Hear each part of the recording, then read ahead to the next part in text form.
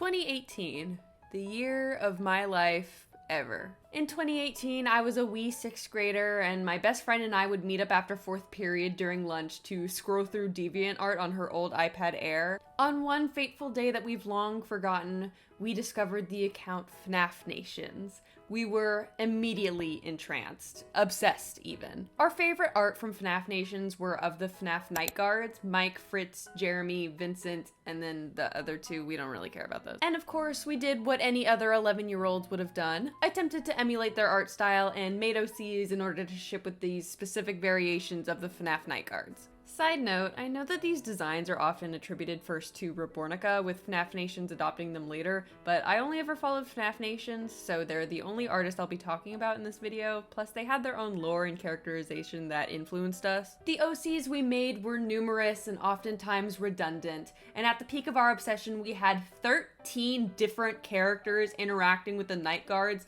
in our own alternate universe. At one point or another, we decided that just having these OCs in Five Nights at Freddy's wasn't enough.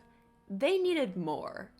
They needed magic. They needed friendship is magic. 6 out of these 13 OCs became ponies turned humans via the magic mirror from the Equestria Girls series, and beside this initial introduction, them being ponies is never touched on again. So after this we went, yeah, we can add something else. Enter Miraculous Ladybug in the 7th grade. A lot of these OCs and even some of the Night Guards were given Miraculouses, some from the original Chinese Zodiac box and some from a new Miracle box that we made up. Safe to say, this universe is incredibly complicated and makes no sense. I've grown significantly as an artist and a storyteller, so I think it's time to give some of these guys a second chance. If you've watched my videos before, specifically my one on Miraculous Ladybug, then you've seen one of these previous OCs before, Jamie. In this universe, affectionately called fnafulous, FNAF Miraculous, she is Ladybug. Marinette is not here. Jamie has the Ladybug Miraculous. If you're curious, just go watch that video. It's pretty good. These OCs are a part of the same story and are very close to Jamie. Specifically, her older brother, her older sister type figure, and her best friend. So it's been a year in the making, and I'm really excited to show them to you. But first, judging by the fact that you clicked on this video, I'm going to assume that you have at least one OC. Maybe 2, maybe a billion. That's excellent. If you're struggling to hold all 1 billion of your children in your arms, worry no longer, my dear lucky star, because our sponsor today is Unveil, here to lift that burden from your shoulders. Unveil is a sanctuary for your beloved children, and a chamber of torture for your beloved. Write out their entire traumatic backstory and explain in detail exactly how it affected them. List out every single problematic personality trait they've developed because of how you've tortured them. And for your favorite children, list their favorite ice cream flavor or their favorite album. Put in all your favorite drawings of them having so much fun because you love them so much. My new favorite feature is that now you can collaborate with other users on worlds, which can house multiple characters. This is excellent because, as mentioned before, I have had as many as 13 original characters from the same story at one time, so this way I can wrangle them all together and torture them all at once. If you want some thought-provoking questions to answer about your OCs, look no further than Unveil's new Question of the Day feature, where users like us submit questions for others to answer about their OCs, which automatically appear in their trivia tab. Unveil is lovingly managed by a team of artists just like us, so they're 100% AI-free, dedicated to keeping your precious OCs shielded from the horrors of AI-generated images and writing. There's no shortage of characters to discover and artists to interact with on Unveil because they recently hit 200,000 active users, with more every single day. So there's so many opportunities to connect with other OC lovers like yourself. Unveil is 100% free, so there's absolutely no reason to not give it a try. It's so versatile that you can spend 10 minutes or 10 hours setting up your profile. It's just that customizable. Follow me on Unveil at inkiio. The designs I make in this video will be up there when this video releases, so you can learn more about them. Thank you so much to Unveil for sponsoring this video.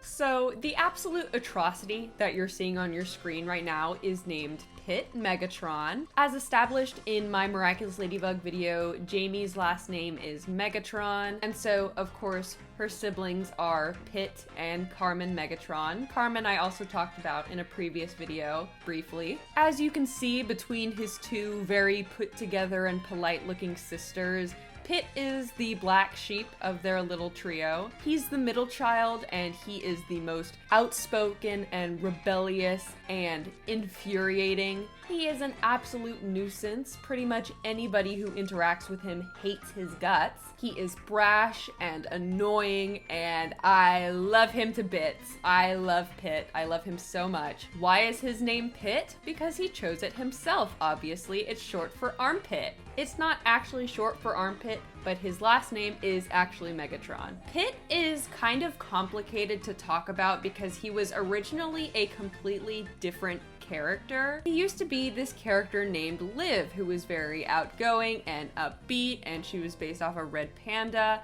and she was a self-insert, obviously. But a few years after I stopped projecting onto her and using her as a self-insert, we decided that we wanted more boy characters in the story. So me and my best friend made her into a boy, and that's why his name is Pitt, because Liv is short for olive, and it's an olive pit, like the pit of an olive, so his name is Pitt. And it's short for armpit. His name is super easy to remember because he looks like he smells like an armpit.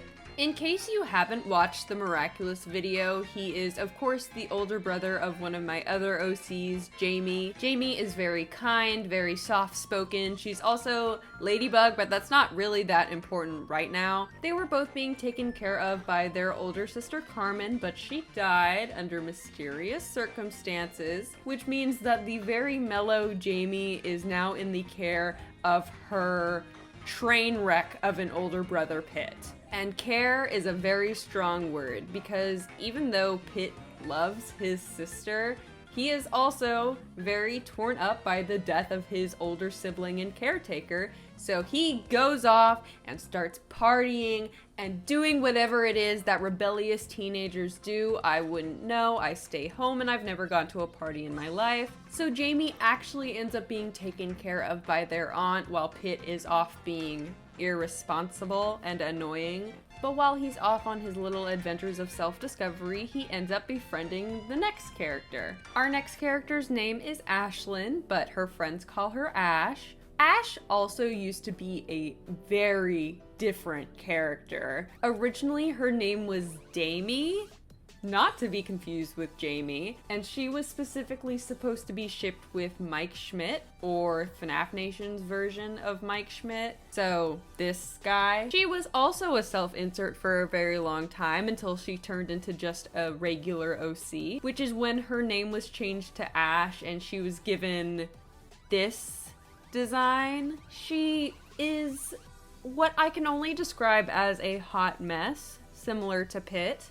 Originally, she was just kind of there. She acted exactly how she looks. She's kind of spunky, she's energetic, she's sarcastic, but she didn't really do anything or have any personality or hobbies. But in her most recent versions, she's definitely gotten a whole lot more character and color. And now Ash, along with Pitt, are in a rock band. Ash is the backup singer and bass guitarist, and Pitt, of course, plays the drums. Just look at him. Nowadays, Ash is not as annoying or brash as Pitt is, but she's very eccentric. She ran away from home to do what she wanted, which was become a singer. She does what she wants, she says what she wants, she wears what she wants. She's very confident and nobody can tell her what to do, especially not Pitt. She hates that guy. They're pretty much attached at the hip. Pitt goes wherever Ash goes, mostly because he doesn't have a car. But for the most part, all of their time is spent partying and practicing and doing literally whatever they want, except for taking care of their responsibilities. Especially for Pitt, he doesn't want to think about his family or anything that he has to do, even though Jamie is his only family at this point. So it's really sad. Jamie only really lost one sibling, but in the process kind of lost both.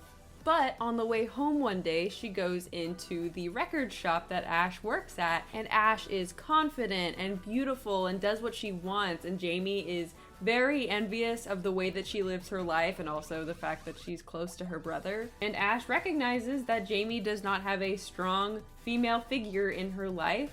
And even though she'll never admit it, Ash has always wanted kids. She's always loved kids. So she kind of takes Jamie under her wing a little bit. When Jamie has a girlhood question or a question about her friends, Ash is always there to give her her honest advice. Ash takes Jamie shopping, she'll help with her homework. Things that Pitt is supposed to be doing, but is not really available to at the moment. So Ash steps up in Pitt's place. And Ash is not a perfect influence by any means. Her and Pitt are still caught up in doing these same sorts of things. But whereas Ash will drop what she's doing in order to help out Jamie or really anybody that she cares about, Pitt really can't say the same. I think in my original Miraculous video, I said that Ash would be Jamie's foster mother, and I think that I've changed my mind on that. She is still definitely an older female figure in Jamie's life, but rather than being a maternal figure, I've just changed her to more of a sister figure. And speaking of that, another sister-like figure in Jamie's life is her best friend Maggie, who I also mentioned in the Miraculous video. Maggie is to Jamie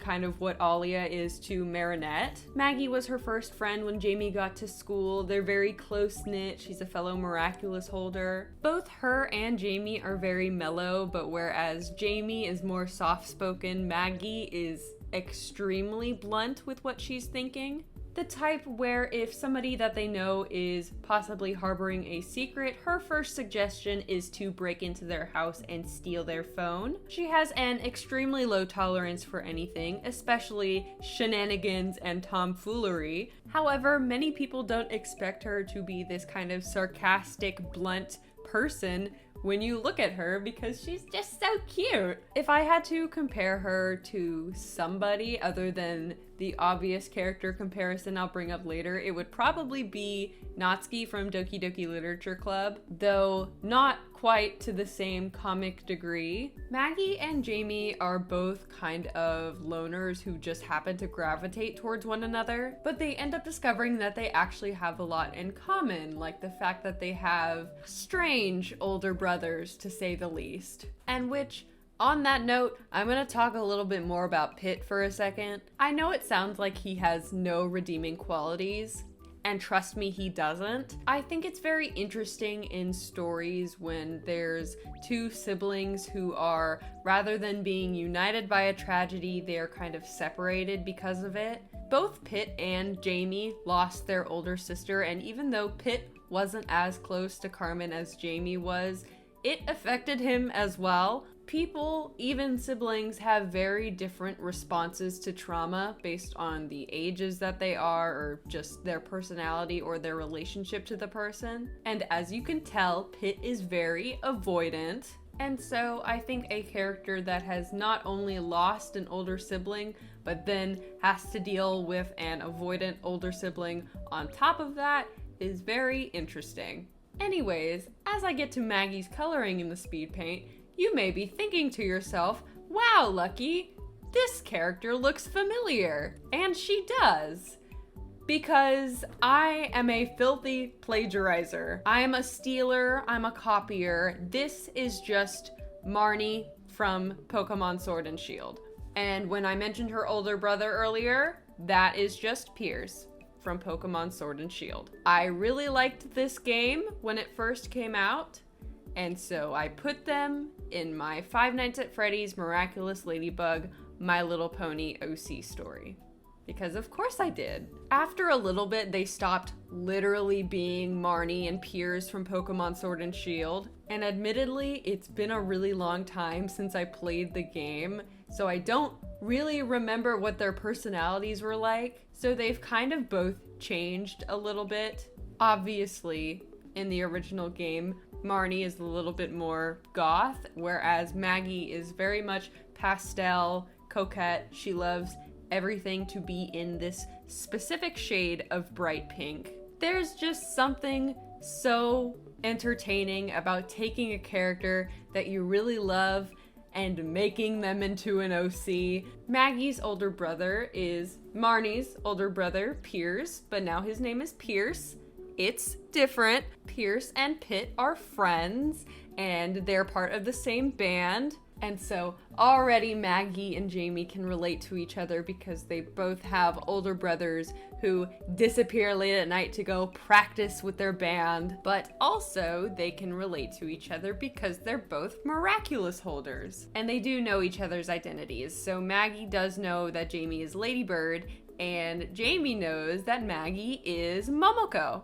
Maggie is the holder of the Mouse Miraculous, which in the show gives the user the ability to duplicate themselves. And her hero name is Momoko because Momo is my cat's name and Momo is Japanese for peach, and peaches are kind of pink. It's a combination of Momo and Morpeko, which is Marnie's Pokemon in Pokemon Sword and Shield, obviously. And Maggie's personality does not change at all when she's a superhero. She's still blunt and speaks her mind. She can be quite serious and is never amused by Cat Noir's antics. She is the permanent holder of the Mouse Miraculous, so it's Ladybird, Cat Noir, and Momoko, I guess. Anyways, that's just a little bit about a few of my many OCs from this universe. If you want to see me redesign more in the future, like I said, I have 9 others to choose from. I will never run out of content. I will be in this prison forever.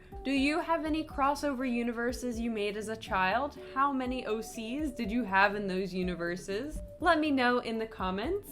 If you want to support the channel, another great way to support me is through my Patreon. Patrons see the art for my videos weeks in advance, as well as all of my patrons get 20% off all of their orders with my shop. Plus, $10 patrons get their name at the end of my videos. Thanks so much to the people who paid for me to purchase a $1,000 lot of Littlest Pet Shops off of Facebook Marketplace. My $10 patrons, Puntastic Artist, Little Wolfine, Viyun, Zigo Buzz, Speckadoodle, Neko Jack, Billy Lover, Wishing Star, Tyree West, Duran, and Debris. As well as all of my other patrons, all of my subscribers, everybody who watched this video, everybody who likes and comments. If you're new, make sure to subscribe. If you're not new, make a new account and subscribe again. Thank you so much to Unveil for sponsoring this video. Make sure to check it out in the description below. I am a lucky inkiio, as always, and I will see you very soon.